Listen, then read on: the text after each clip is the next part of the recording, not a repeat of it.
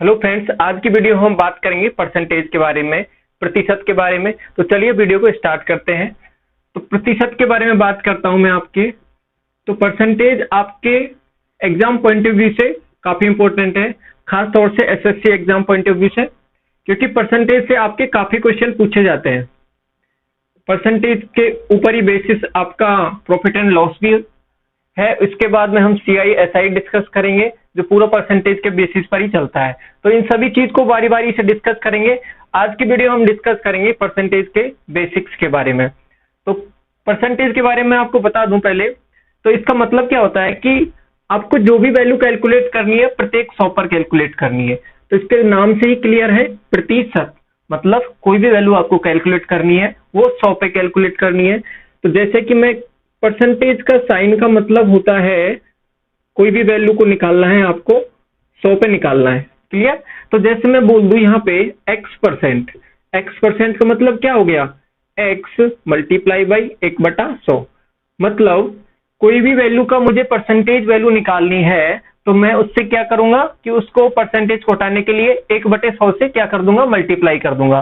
तो सिंपल शब्दों में समझेंगे तो अब जैसे मैं यहाँ पे एक एग्जांपल लेके समझा देता हूँ आपको। जैसे कि मेरे को वैल्यू दे रखी है 20%, तो 20% की मुझे वैल्यू निकालनी है, तो वो क्या हो जाएगी, 20/100।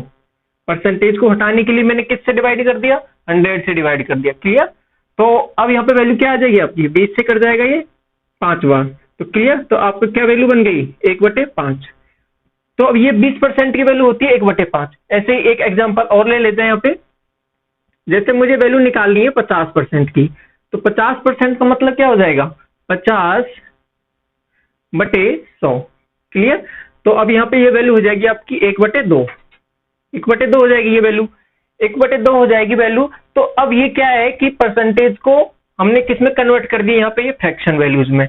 तो हम क्या है कि बार बार परसेंटेज को फ्रैक्शन वैल्यूज में कन्वर्ट करने की बजाय हम क्या है कि कुछ रिजल्ट्स हैं, कुछ फ्रैक्शन वैल्यूज है, उनको रिमेंबर करेंगे, उनको याद करेंगे, जिससे हम डायरेक्ट ही क्वेश्चन में उनका यूज करेंगे। तो शुरू करते हैं उन वैल्यूज को। क्या क्या वैल्यूज हैं, क्या क्या वैल्यूज हमें याद रखनी है, जो आपके एग्जाम पॉइंट ऑफ व्यू से काफी इंपॉर्टेंट है। अब मैं यहाँ पे जो वैल्यू लिखने जा रहा हूँ, अक्सर क्या है कि एसएससी में इनसे क्वेश्चन पूछे जाते हैं। एसएससी में जो क्वेश्चन पूछे जाते हैं, आजकल जो ट्रेंड चल रहा है वो इन्हीं वैल्यूज का चल रहा है, फ्रैक्शन वैल्यूज वाली का। तो इन्हीं से क्वेश्चन आजकल अच्छे अच्छे क्वेश्चन बन जाते हैं। तो मैं पहले वैल्यूज लिख देता हूं आपके लिए। तो पहले जैसे यदि आपको वैल्यू दे रखी है 100%, तो 100% का मतलब क्या हो गया, 1। क्लियर?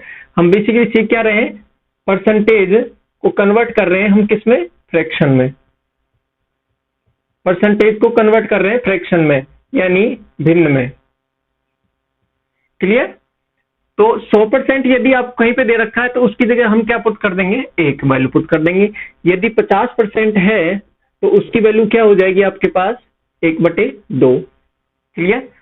यदि आपको वैल्यूज दे रखी है 33 सही 1/3%, तो इसकी वैल्यू हो जाएगी आपके पास 1/3। अब ये वैल्यूज कैसे निकाल रहे हैं, परसेंटेज को हटा के हम क्या करेंगे कि 100 से डिवाइड कर देंगे। क्लियर? तो वहां पे क्या वैल्यू आ जाएगी आपकी, 1/2 आ जाएगी। 50/100 बराबर हो जाएगा आपका 1/2। तो इस तरीके से ये वैल्यूज आ रही है।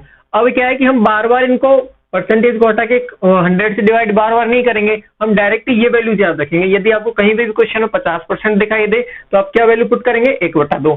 कहीं पे भी आपको 33 से 1/3 दिखाई दे तो उसकी जगह क्या पुट करेंगे आप, 1/3। ऐसे ही कुछ वैल्यूज और हैं। जैसे आपको क्वेश्चन में कहीं पे भी 25% लिखा हुआ दिखाई दे तो इसका मतलब होता है 1/4। 20% की वैल्यू होती है आपकी 1/5। इसके बाद नेक्स्ट बात करूं मैं, 16 सही 2/3% की वैल्यू होती है आपके पास 1/6। ये 1/6 वैल्यू होती है आपकी। उसके बाद में बात करूं मैं 14 सही 2/7% वैल्यू, इसकी वैल्यू हो जाएगी आपके पास 1/7। नेक्स्ट बात करूंगा मैं 12 सही 1/2, इसकी वैल्यू आपके पास हो जाएगी 1/8। नेक्स्ट बात करूंगा मैं 9 सही 1/11%। क्लियर? तो इसकी वैल्यू हो जाएगी आपके पास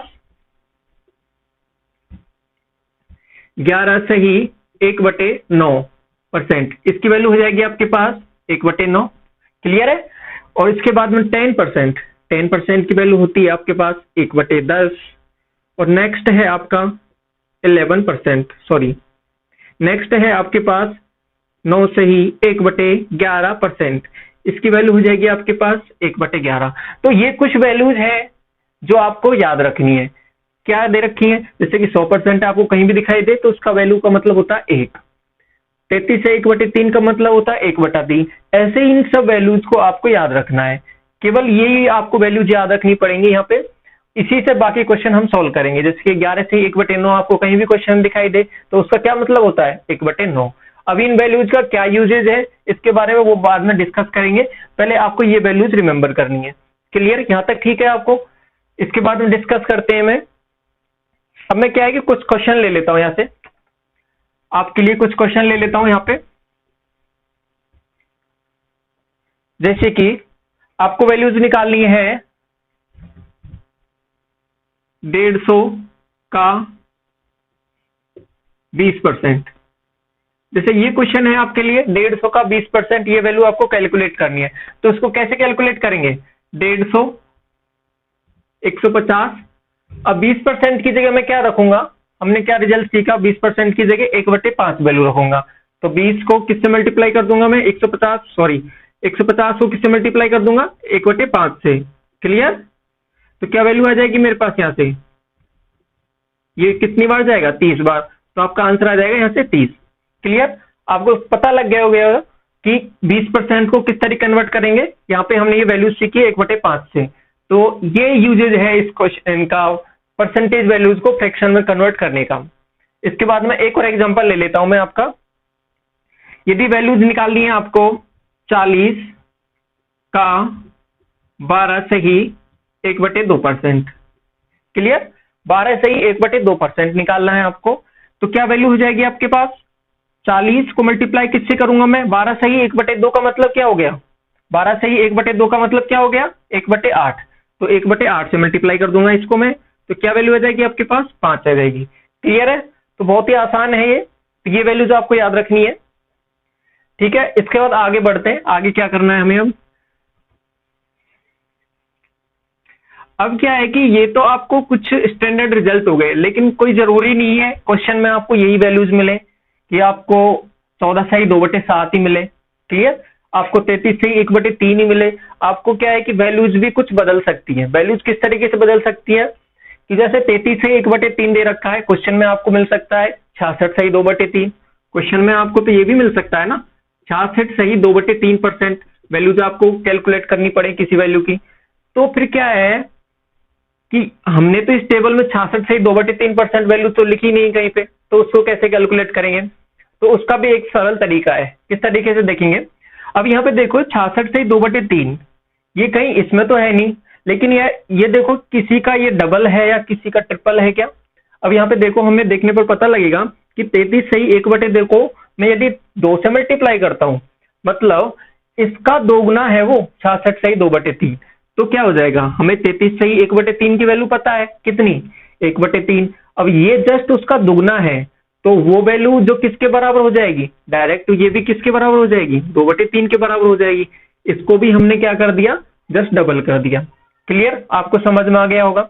ऐसे ही एक और वैल्यू लेता हूं मैं, जैसे यहाँ पे यदि आपको 75% दे रखा हो क्वेश्चन में, 75% दे रखा हो। अब यहाँ पे देखो 75% तो कहीं पे नहीं है, तो इसको कैसे सॉल्व करेंगे, 75% तो नहीं है, लेकिन हमें क्या है कि 25% की वैल्यू पता है, 25% की वैल्यू पता है। ये क्या है आपकी 1/4। अब ये 25% का जस्ट 3 गुना है, ये 25 या 75 3 गुना है। तो ये वैल्यूज को भी हम कैसे मल्टीप्लाई कर देंगे, 3 से। तो क्या बन जाएगा आपके पास, ये भी 3/4। तो ठीक है, इस तरीके से हम क्या है कि बाकी वैल्यूज भी निकाल सकते हैं। कुछ और एग्जांपल ले लेते हैं। जैसे कि आपको वैल्यूज निकालनी पड़े 37 से ही 1/2। अब ये देखो, ये हमारे इसमें इसकी परसेंटेज वैल्यू है, इसको हमें कन्वर्ट करना है किसमें, फ्रैक्शन में।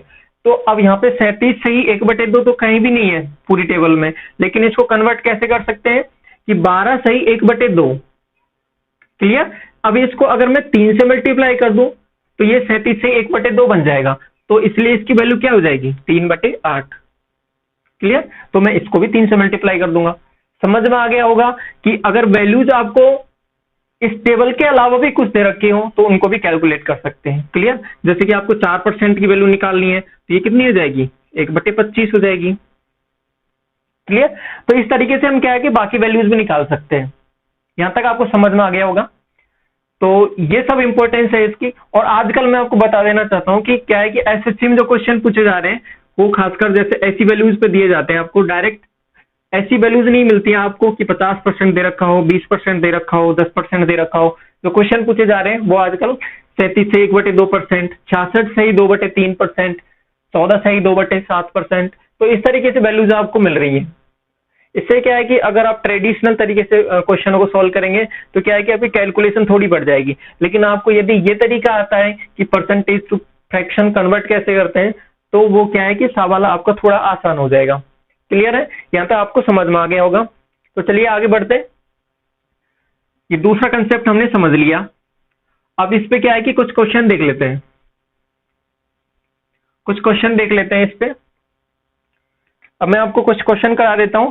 क्वेश्चन देखिए, जैसे कि आपको दे रखा है कि ये 25 का 64%।